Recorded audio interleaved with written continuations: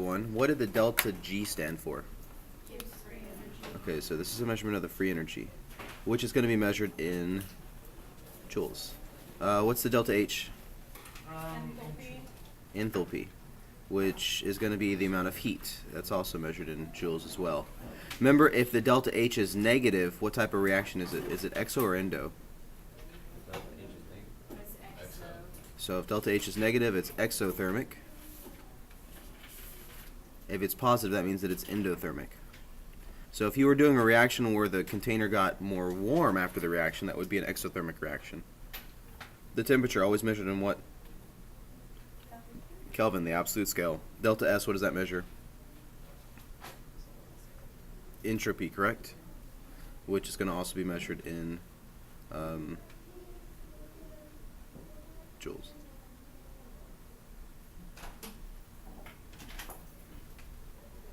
Okay. Remember when the delta S is positive, what does that mean?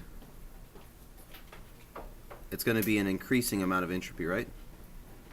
So an increasing amount of disorder, whereas if it's negative, that would be a decreasing amount of disorder or entropy. Cool? Very important that you know this. This formula is going to be on your test. You'll have to be able to use it mathematically. And it will be on your AP exam, so you'll have to know how to use it. If we said that a reaction had a delta G that was positive, what was the outcome? What was the implication? Positive or If the delta G is positive, what does that mean? it's not spontaneous? Okay, so it's not spontaneous. Which means it's going to require some energy to occur. You have to feed it a little something. If the delta G was negative, that means that the reaction is Spontaneous. definitely spontaneous. What does that mean? It doesn't require A net input of energy. It just produces energy, basically. That's what the negatives is saying. So there's two reactions in this world. There's the type that require energy, and there's the type that produce some energy. So we have to think about it from that perspective. And we had said if delta G was 0, what does that mean? Thank you.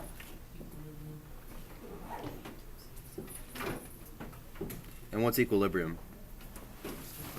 use or take Awesome. Oh, thank you.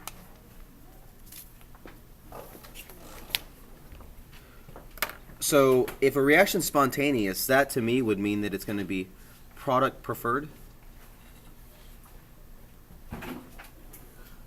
Whereas if it's a positive, that means that it's reactant preferred. So drawing this out real quick, taking compound A and changing it into B, and then maybe running the reverse reaction here in a little while. If we're going to go to the right, that would mean that the delta G would have to be negative. If we're going to the left, the delta G would be positive, and if it was 0, we would go back and forth equally. So equilibrium exists when your delta G is 0. We had thrown out two other terms as well. We had thrown out the term exergonic and endergonic. What did exergonic mean? net release of free energy. Okay, so just basically saying the delta G is equal to a negative value, whereas in this endergonic case, the delta G would be a positive value. You have to feed an endergonic reaction, but an exergonic reaction produces some energy. Cool? And so that's kind of the review from yesterday. That's where we were yesterday. Let's talk about maybe showing this in graphical form. I'm going to have you draw out two different graphs real quick.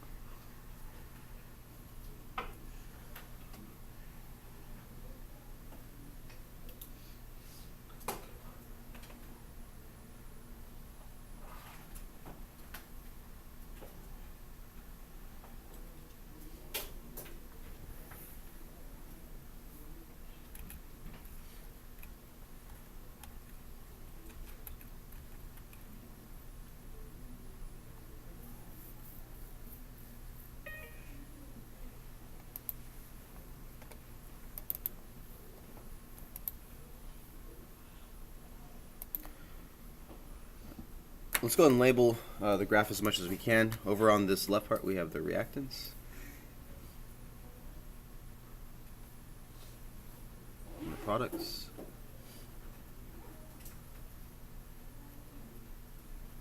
reactants in the products. Let's say that our y-axis is going to be measuring like energy or energy of a system.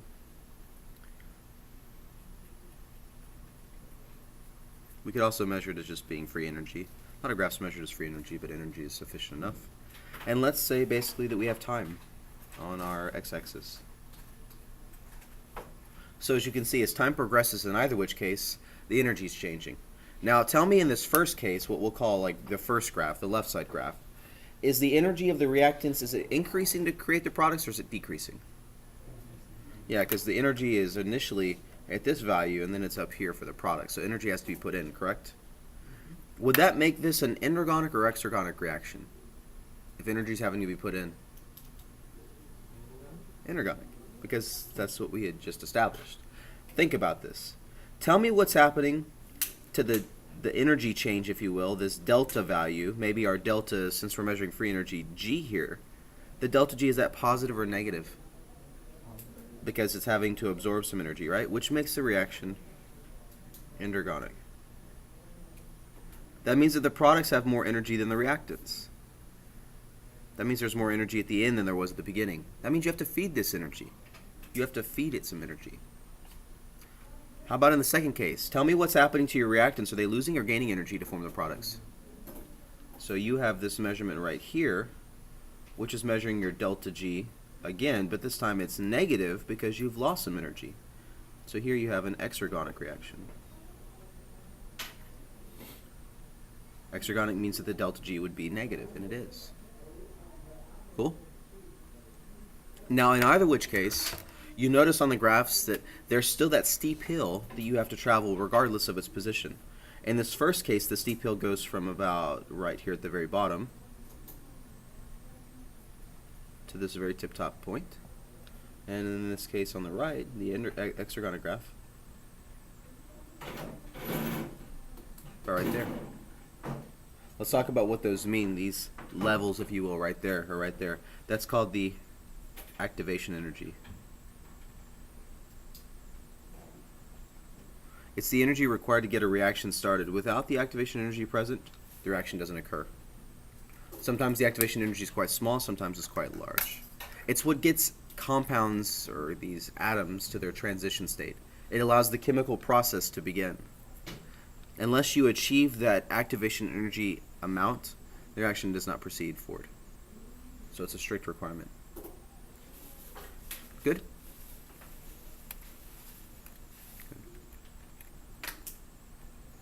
So to make sure that we're okay with this, this reaction requires some energy, this reaction produces some energy.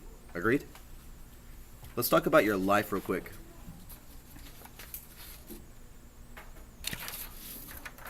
As you go throughout your day, we had talked yesterday that there were two types of reactions. There were the type of reactions that were likely, and there were the type of reactions that were unlikely to occur. If we think about maybe an unlikely reaction, an unlikely reaction would be owning a car. That's actually an unlikely process. If it was a likely one, you would have been born with a car. The two of you would have been together. However, it's not. So car ownership, thank you. Car ownership is going to be an unlikely event. So let me kind of just write this down real quick. Owning a car. Is owning a car, since it's unlikely, does that mean its delta G is positive or negative? Positive, because it's unlikely. Now, some of you guys own a car, or have a car, or one day you'll own a car. Regardless, this delta G positive, you'll be able to overcome. How can you overcome car ownership? What's the energy in the case? What's the currency? Money. So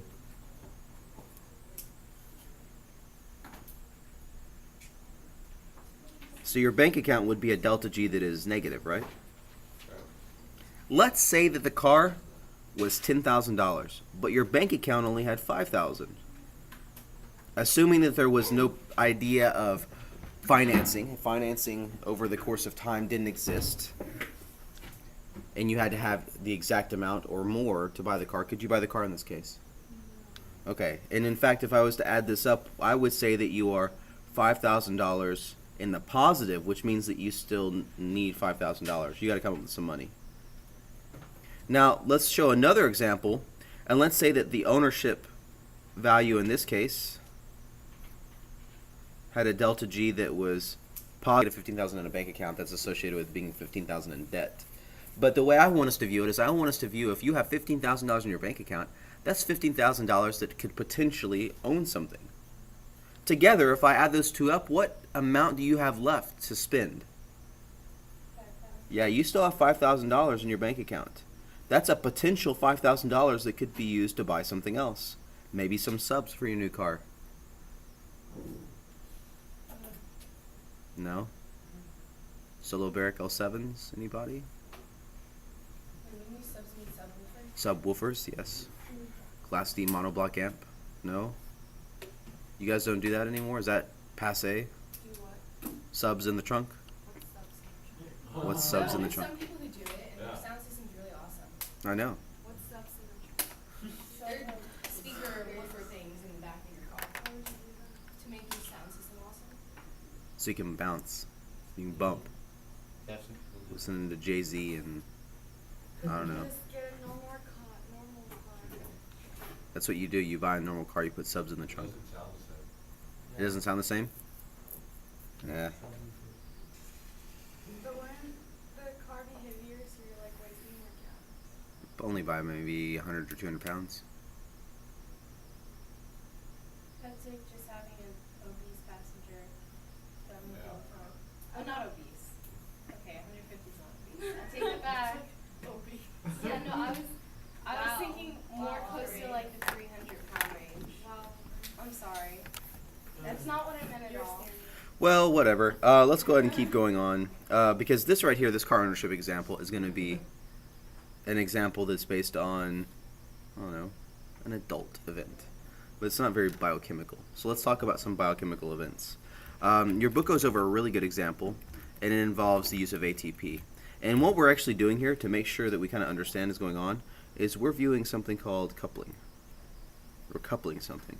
When you do energy coupling, you're basically taking ATP and you're burning ATP, you're hydrolyzing it. So you're using the negative delta G of ATP hydrolysis or ATP breakdown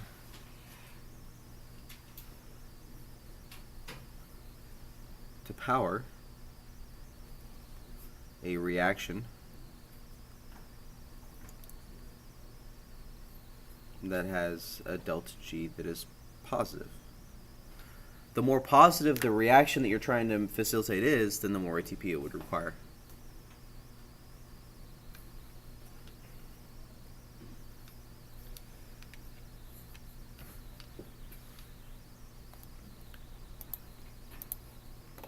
So let's say that you had a reaction that had a positive delta G value of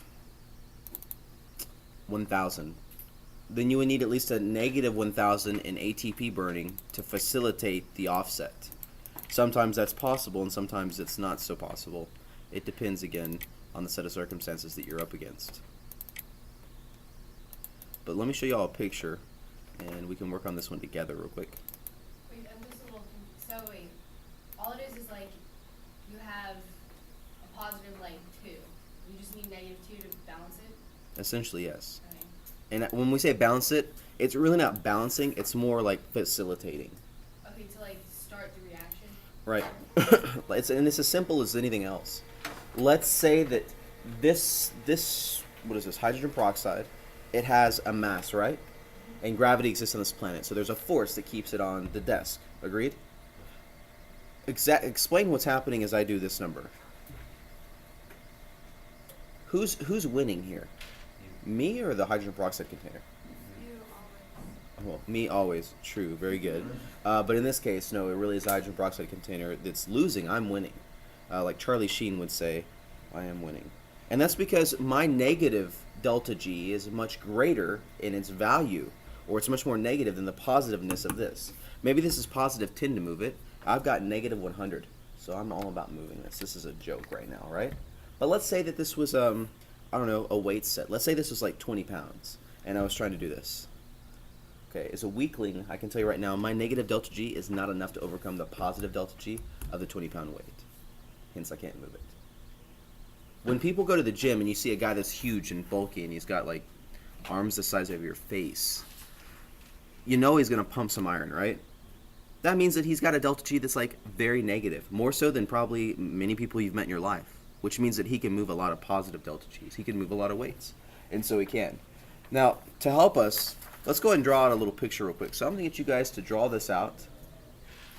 And I know it looks like weird shapes, but you know what? We're going to make it happen. Should they all be different colors? No, they don't have to be necessarily. You might want to have these a little bit different, but I think the shape, the orientation of the triangle could be facilitated there.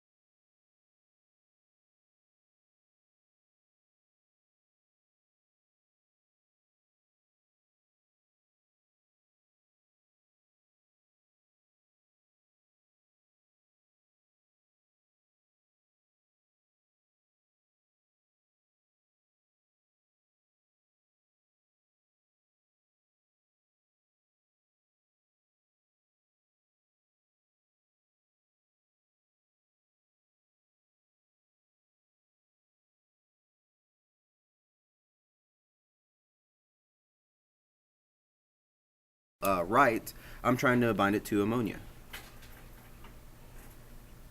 Now you can see here that I've done that, where I have the glutamic acid and the ammonia. Ammonia is just NH3, so I'll just write NH3 there.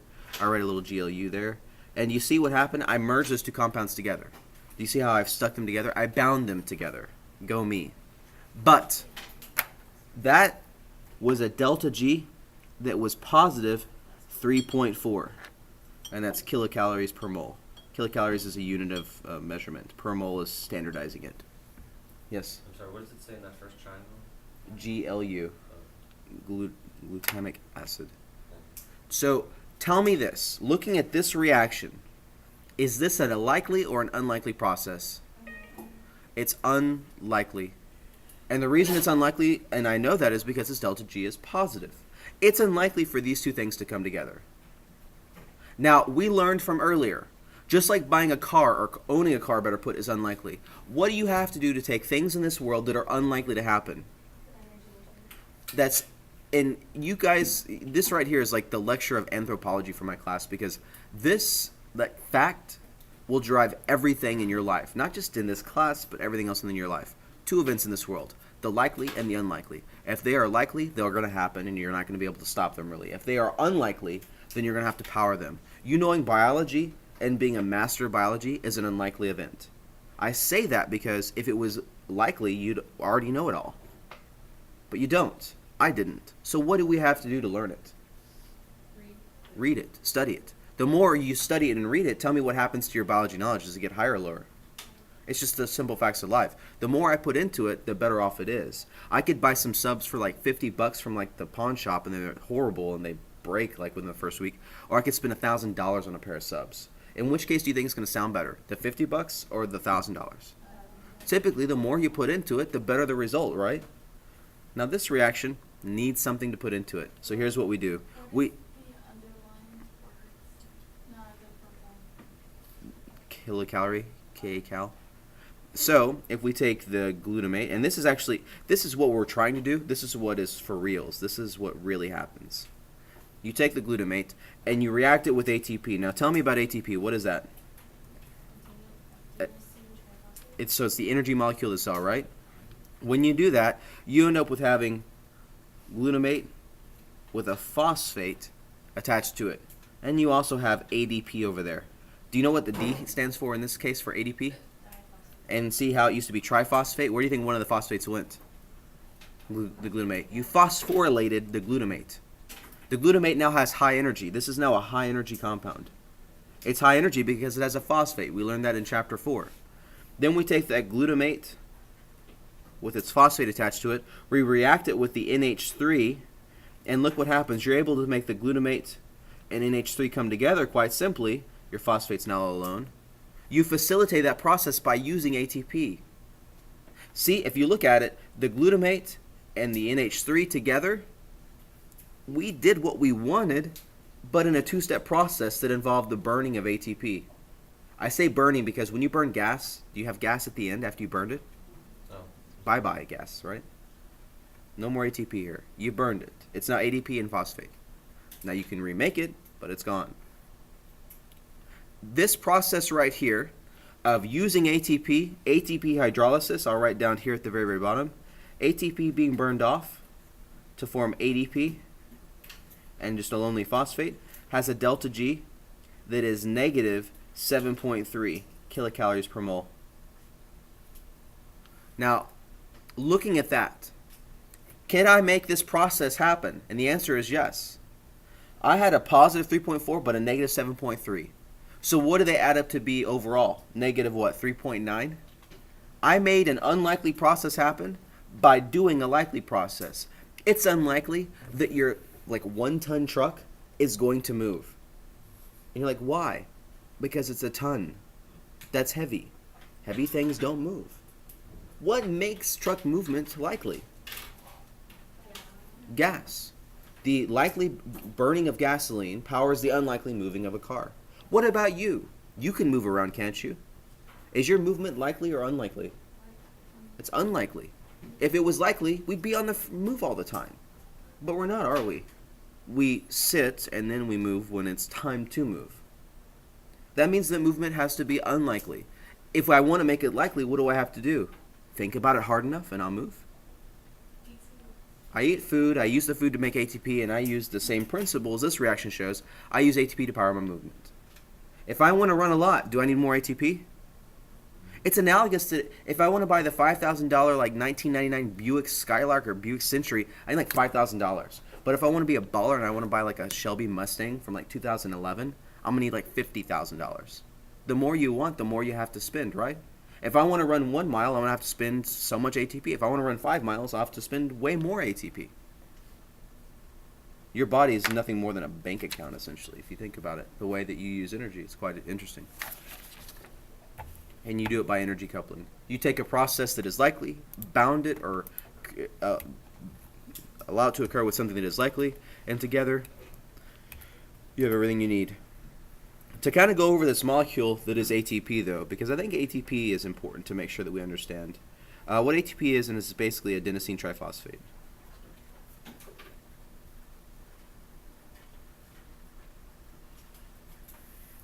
It basically looks like an RNA molecule, honestly. When you look at its picture,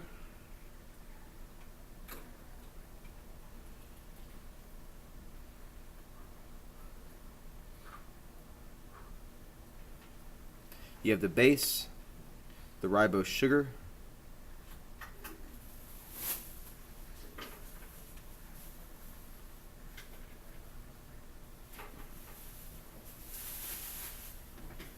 the 3 phosphates. So there's your 5-carbon sugar. The base, in this case, the base is A, as in adenosine. The triphosphate there. Cool. So it looks basically like an RNA molecule.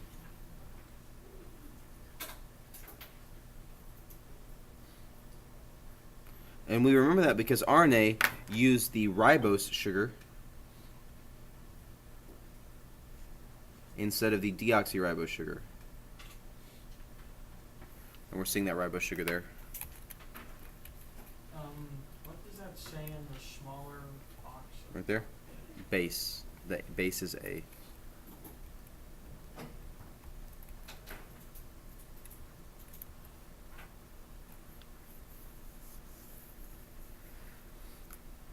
As we start finishing this part, I want us to also understand and to really make sure that we get this fact that if I take ATP and I break it down through hydrolysis, so that's plus H2O to do some hydrolysis, that I could form ADP and that inorganic phosphate that's all alone now, and the delta G of that reaction is like negative 7.3 kilocalories per mole, which means that it's a reaction that is likely to happen. That means it has potential. It could do something for you. That's like saying that I woke up one day and my bank account had like, I don't know, $100,000 in it. What does that mean to have $100,000? You have that much period extra. I have some I can make it rain, as they say, right? Isn't that what they say?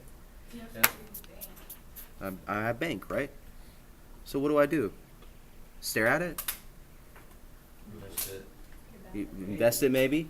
I use it to do something, right? Whether that be invest in Google, Facebook, oh, don't do that. Google, Apple is a good choice these days. Or if I want to go buy a car, if I want to buy a new dog, if I want to buy, I don't know, whatever, a new personality, I guess, maybe sometimes. Whatever it is I want to buy, I could do it, right? As long as it's less than $100,000, it's mine. Agree? Agree. Now, what happens when I blow it all, though? Like, let's say I make it all go away. I have like $0 in my checking account. I have to remake it, right? Is it free to make the money, or do I have to put some work into making money? You have to put work in. So that would make sense that if I want to take my ADP in my inorganic phosphate, my bank account basically, and remake it into a nice sizable account, remake that ATP, it would have a delta G that is positive, the same value. You realize that I'm writing down the 7.3 again, but this time it's positive. So it takes some energy to make the ATP. As we explore Chapter 9, I think this would start to make Chapter 9 make a little bit better sense to us. Because I want us to see that Chapter 9 is really all about making stuff like this possible. And when I say this possible, it's pretty simple. You do the top reaction. Whether you're thinking about stuff right now, If you are writing stuff down, whatever your life entails, when you get up, you'll be doing the ATP burning. That means you have to somehow make the ATP again. Because I can tell you right now, ATP, though it's like gas, you don't pump yourself full of ATP. You have to remake it. You make, like, or you remake about, and I could be exaggerating here, but you remake like pounds of ATP a day. 10 pounds maybe, some crazy number like that. You don't ingest 10 pounds of ATP, you're remaking it. You're taking the broken down ATP and remaking it. Now, where do you get the energy to facilitate that? Burning your potato chips, basically. As you do that reaction that breaks down your chips in that step by step by step sequence, you're able to do the bottom step so that you can go do the top step. I work so I can spend. I eat so I can make ATP. Simple idea. Yes? This may be a really stupid question. There's no but stupid questions. If you eat like pure phosphorus, would you have a lot of energy? Mm-mm.